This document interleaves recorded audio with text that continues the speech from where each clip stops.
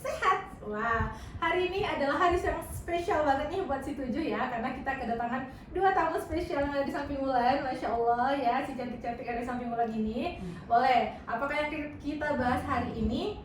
Tungguin ya, sebelumnya kita perkenalan dulu nih sama tamu-tamu yang ada di samping Wulan. Silakan Ibu untuk perkenalan dulu, dari mana, dengan namanya siapa. Silakan Ibu. Boleh, dari Ibu Mary atau Bu Sri dulu? Bu Sri dulu ya. Oke, silakan. Bismillahirrahmanirrahim. Terima kasih Wulan. Nama saya Sri Rahmawati. Saya bekerja di Balai Kesehatan Olahraga Masyarakat dan Pelatihan Kesehatan di Provinsi Sumatera Barat. Oke, ada Ibu Sri ya. Selanjutnya di samping Bu Sri ada siapa nih? Hai ya. Perkenalkan, saya Mary Febriani, ditugaskan bersama Bu Sri di sini sebagai surveyor dan pelaksanaan survei reakreditasi. Kami berdua berasal dari lembaga pelaksana penyelenggara akreditasi atau dikenal dengan LPA nomor 1 dari 13 gitu ya. Urutan 1 dari 13 ya. Namanya adalah LAFKESPRI. Lembaga pelaksanaan akreditasi fasilitas pelayanan primer. Oke, tadi ya. Jadi hari ini kita kedatangan tamu dari LAFKESPRI ya, Sobat Narsis ya. Karena si Tujuh saat ini lagi proses reakreditasi. Nah, hari ini kita akan membahas seputar dengan akreditasi ya Ibu-Ibu ya. Oke. Untuk pertanyaan pertama nih Bu, sebenarnya akreditasi itu apa sih Bu Sri? Ya, baik. Kalau saya dulu terima kasih Wulan. Akreditasi itu adalah satu pengakuan terhadap puskesmas terkait dengan mutu layanan, terkait dengan pelayanan. Jadi ini ditetapkan oleh lembaga independen, lembaga penyelenggara akreditasi, salah satunya LAFKESPRI, yang nanti akan dikeluarkan sertifikat akreditasi bahwa puskesmas itu sudah terakreditasi dari Kementerian Kesehatan. Oke, berarti akreditasi ini untuk penetapannya dikeluarkan oleh Kementerian Kesehatan, tapi yang melakukan penilaiannya adalah lembaga. Salah satunya adalah lembaga LAFKESPRI yang LAFKESPRI Allah ya. LAFKESPRI ya. Oke. Tambatan hati ya. Jadi boleh saya tambahkan sedikit. Boleh, jadi kalau puskesmas itu terakreditasi, artinya puskesmas itu sudah memiliki standar pelayanan, baik dari sumber dayanya, pelayanan penunjang, dan ada beberapa item yang banyak yang dinilai ketika ada pelaksanaan survei akreditasi. Mungkin ada nanti ditambahkan selanjutnya oleh Bu Mary. Oke, itu dia akreditasi ya. Nah, berikutnya Bu Mary, akreditasi itu sebenarnya tujuannya apa untuk puskesmas baik pun untuk masyarakat? Apakah ada manfaatnya juga sekaligus gitu? Baik, Bulan. Jadi tujuan akreditasi itu yang sebenarnya pertama meningkatkan ya tata kelola dari puskesmas. Karena tujuan itu telah tertuang sesuai dengan Peraturan Menteri Kesehatan 34 tahun 2022. Itu dasar kita melaksanakan akreditasi. Di situ dijelaskan pada pasal 2 ya, bahwasanya pertama tujuan akreditasi itu meningkatkan tata kelola puskesmas. Seperti apa? Supaya standar yang telah ditetapkan. Yang kedua, nanti akan meningkatkan pendidikan kepada SDM-nya ya. SDM akan ditingkatkan pendidikannya dengan akreditasi. Dari yang tahu tidak tahu, dari yang sudah tahu menjadi mampu, yang jadi mampu akan menjadi lebih tinggi lagi levelnya, akan menjadi lebih profesional. Kemudian yang ketiga, tentu jaminan utamanya adalah akan menjamin mutu layanan primer yang diberikan puskesmas kepada masyarakat sebagai penerima layanan ya. Masyarakat bisa dalam hal ini kelompok ya sebagai penerima layanan. Kemudian selanjutnya keempat adalah ini mendukung program prioritas kesehatan secara nasional. Jadi seperti itu tujuan yang telah dituangkan ya, yang telah disampaikan dalam hal ini dalam dokumen Permenkes 34 tahun 2022. Kalau itu tujuannya, kalau manfaatnya, ya jelas ya, bermanfaat untuk puskesmas sendiri. Dengan telah dilaksanakan akreditasi, maka puskesmas tentu sudah dianggap memenuhi standar. Ketika kita udah dianggap, udah dinilai, udah diakui memenuhi standar, maka di sanalah puskesmas itu dinyatakan bermutu. Ya, melalui apa? Seperti yang Bu Sri jelaskan tadi, melalui survei akreditasi. Kebetulan hari ini setuju itu akreditasi yang ke 3. dua. Oh, yang kedua. Jadi kan Oh, hari yang ini kedua. dia melaksanakan reakreditasi, diulang lagi nilai jaminan mutu yang telah diberikan tahun sebelumnya. Sekarang kita lakukan lagi pelaksanaan akreditasi, namanya reakreditasi. Itu manfaatnya, berarti ada jaminan mutu. Dia yakin bahwasannya jual bermutu. Dari mana? Karena standarnya sudah dipenuhi gitu ya. Nah, kepada masyarakat, tentu masyarakat akan mendapatkan ya keamanan dan keselamatan. Keamanan dan keselamatan dalam menerima pelayanan ya. Sehingga masyarakat akan mendapatkan jaminan pelayanan yang bermutu tadi. Dan yang nggak penting, nah ini ya puskesmas yang dalam hal ini kita sama tahu ya BPJS nih ya. Nah, keberlanjutan rekredensial BPJS itu mempersyaratkan juga kepada puskesmas harus terakreditasi. Sepertinya itu seperti sensitif sekali, tapi itu strategis untuk dilakukan ya bagi puskesmas. Karena memang per akhir tahun ini itu menjadi diundangkan atau disampaikan menjadi yang sesuatu yang harus dipenuhi untuk pelaksanaan rekredensial kerjasama dengan BPJS. Itu Ulan. Oke, Ibu, terima kasih Ibu. Berarti sebenarnya ini salah satu keuntungannya untuk masyarakat ya Bu ya. Karena dengan puskesmas itu melakukan akreditasi, puskesmas sudah bermutu, otomatis pelayanan yang akan dilakukan Ada oleh jaminan. masyarakat ada jaminannya. Ya. Jadi masyarakat itu senang untuk ke sini gitu ya Bu ya. Oke, itu dia. Nah, selanjutnya Bu Sri, kalau cara pelaksanaannya gimana nih Bu untuk akreditasi sendiri? Ya, baik, terima kasih. Cara untuk pelaksanaan akreditasi seperti yang sudah Bu Mary katakan, bahwa kita itu adalah untuk menjamin mutu. Jadi ada jaminan mutu dari pelayanan kesehatan yang diberikan oleh puskesmas kepada masyarakat.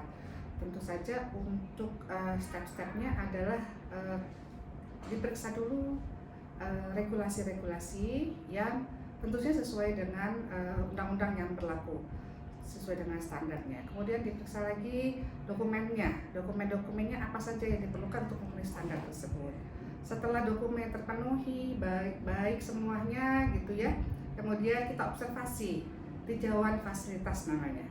Tinjauan fasilitas bagaimana pelayanan di pendaftaran, dari pasien datang sampai pasien mendapatkan pelayanan, baik itu di pelayanan poli, umum, KIA, gizi, casting dan sebagainya ada di puskesmas, sampai mendapatkan pelayanan labor mungkin, sampai mendapatkan obat, sampai pasien kemudian pulang ke rumahnya. Itu dari setiap standar, jadi setiap tempat layanan itu sudah harus terstandar gitu.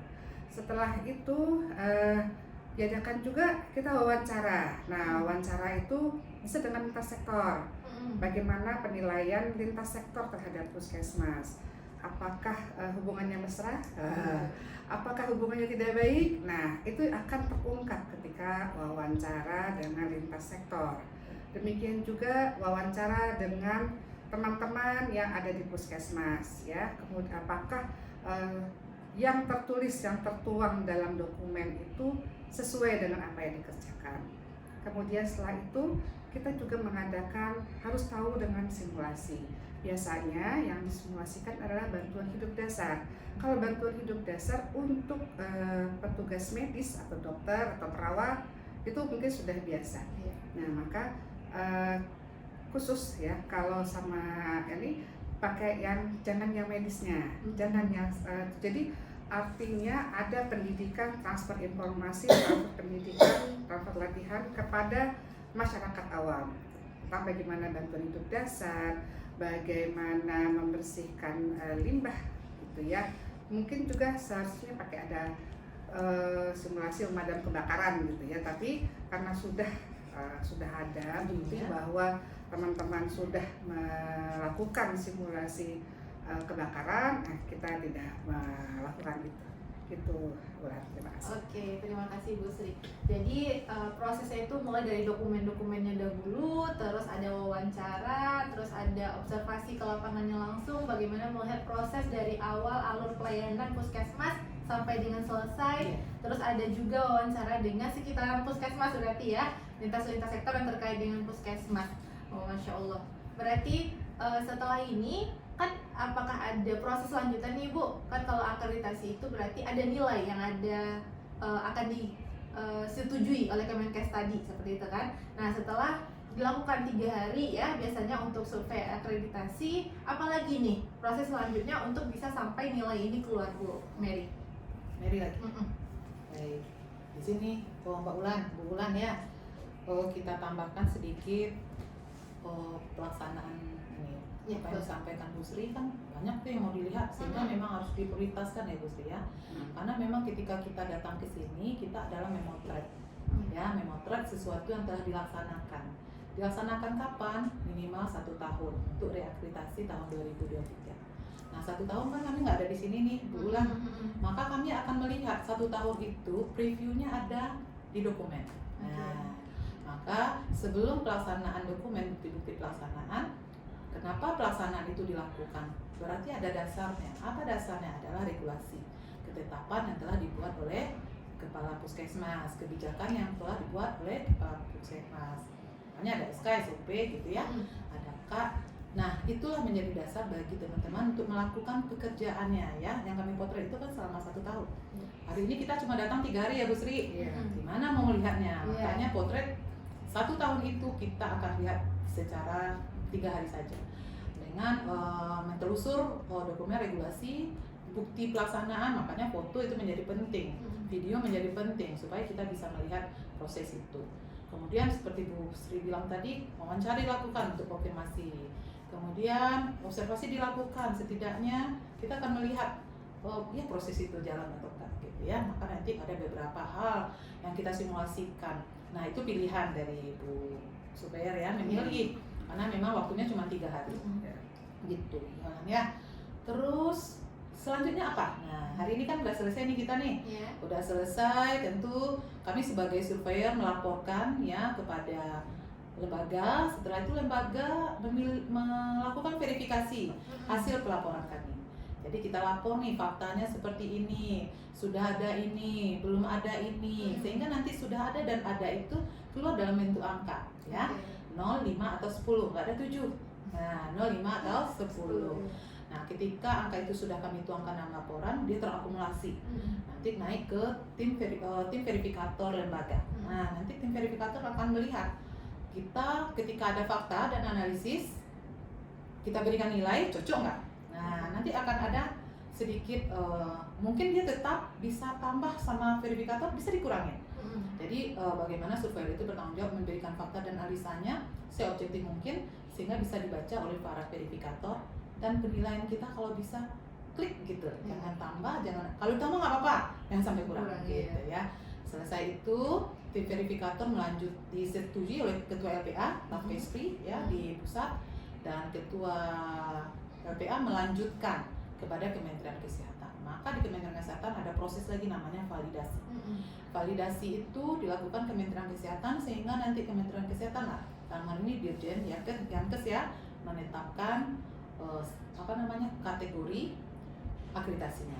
Ada 4, dasar, media, utama, dan paripurna seperti itu. Lamanya berapa lama? Kalau standar memang 2 minggu. Ya minimal 2 minggu. Tapi dalam hal ini karena kita tahu November Desember ini ya Bu Sri sedang grafiknya langsung gitu ya, kejaran gitu. Kita lihat faktanya mungkin akan sedikit terlambat. Yang penting kawan-kawan puskesmas sabar-sabar saja menunggu ya. Yang penting hasilnya kita sudah kerjakan optimal. Nah hasilnya nanti itu jenjangnya gitu. Jadi sekali lagi kami survei hanya merekomendasi penetapan tetap dari Kementerian Kesehatan, dari Kementerian seperti itu. Oke, terima kasih Bu Sri, Ibu Mary. Sudah ada segitu aja. Satu lagi Bu, sedikit kesan dan pesan terkait Puskesmas 7 nih dari Ibu Sri dan juga Bu Mary setelah 3 hari bersama kami di sini, boleh? Baik, saya dulu ya. Baik, alhamdulillahirabbil alamin ya. Kesan yang kami terima, khususnya saya si Rahmawati sebagai surveyor dari Lavkespri, ini sangat baik ya. Ketika teman-teman begitu semangat untuk menunjukkan bahwa teman-teman ingin yang terbaik, sudah melakukan yang terbaik untuk meningkatkan mutu layanan kepada masyarakat sekitar gitu ya. Jadi baik dari regulasi dokumen, observasi, wawancara, dan simulasi yang tadi sudah dikerjakan gitu ya, semoga nanti sesuai dengan yang terbaik, dengan yang diharapkan, mudah-mudahan ya. Tapi tidak menjamin kan, karena penilaian validasi itu kan dari Kementerian Kesehatan gitu ya. Oke, terima kasih, itu saja, silakan. Terima kasih Bu Sri. Boleh Bu Mary? Bisa ya. Pertama kita apresiasi ya Bu Sri, SDM-nya semangat. Ya, SDM semangat. Kemudian kekompakan, kompak. Pimpinan. Nah, itu pimpinan kuncinya ya sebenarnya. Pimpinannya mampu memimpin sesuai kebutuhan siapa yang dipimpin. Kalau ini yang kecil seperti ini cara memimpin, ini senior seperti ini cara memimpin. Kami melihat seperti itu. Kemudian luar biasanya peran masyarakat. Ya, kami merasakan datang aja kami rasanya wah terharu kita ya Bu Sri, begitu ramai masyarakatnya. Kemudian lintas sektornya juga hadir dan kami juga membuktikan apa yang kami potret. Kemudian lintas sektor juga menyampaikan hal seperti itu. Itu menjadi kekuatan sama Puskesmas karena lintas sektor adalah menjadi tujuan kita, karena tujuan kesehatan itu adalah meningkatkan derajat kesehatan masyarakat. Masyarakat itu siapa? Adalah penerima layanan kita. Jadi kalaupun kita bercapek-capek bekerja, kalau mereka nggak mau berubah, derajat keselamatan masyarakat nggak akan terjadi. Jadi kalau masyarakat menjadi tujuan kita, maka dia adalah mitra kita. Nah gitu. Maka mitra kita adalah masyarakat, kita perlu tokoh agama, tokoh masyarakat, lintas sektor yang mampu meningkatkan motivasi mereka supaya kita mencapai tujuan kita melalui masyarakat, yaitu meningkatkan derajat kesehatan masyarakat. Gitu. Oke, alhamdulillah ya, ternyata Sobat Narsis penilaian kesan dari kedua orang survivor kita hari ini, tanggapannya alhamdulillah baik kepada terhadap kami Puskesmas 7. Semoga kedepannya kami dari Puskesmas 7 pun semakin lebih baik lagi, peningkatan mutu kami juga lebih baik lagi. Nanti 5 tahun ke depan saat survei lagi ke sini semakin Masya Allah semakin bagus lagi hendaknya kami dari Puskesmas 7. Terima kasih untuk Bu Sri, Bu Mary hari ini sudah menyempatkan waktu, padahal sudah mau pulang ya, travelnya sudah menanti di depan. Ya, boleh juga mohon maaf mewakili dari kami dari Puskesmas 7 apabila ada kesalahan selama 3 hari kita bersama. Dan terima kasih sekali atas bimbingannya, atas masukannya, atas semua hal yang telah Ibu berikan kepada kami. Insya Allah akan kami lakukan apa yang telah disarankan kepada kami untuk peningkatan mutu di Puskesmas 7. Oke, terima kasih. Itu dia Sobat Narsis. Sampai ketemu Sobat Narsis. Iya, Sobat Narsis. Sobat Narsis. Hari ini perbincangan kita sama 2 orang survivor yang ada di samping Wulan. Wulan tutup podcast kita pada hari ini. Assalamualaikum warahmatullahi wabarakatuh. Bye bye. Waalaikumsalam warahmatullahi wabarakatuh. Gaji.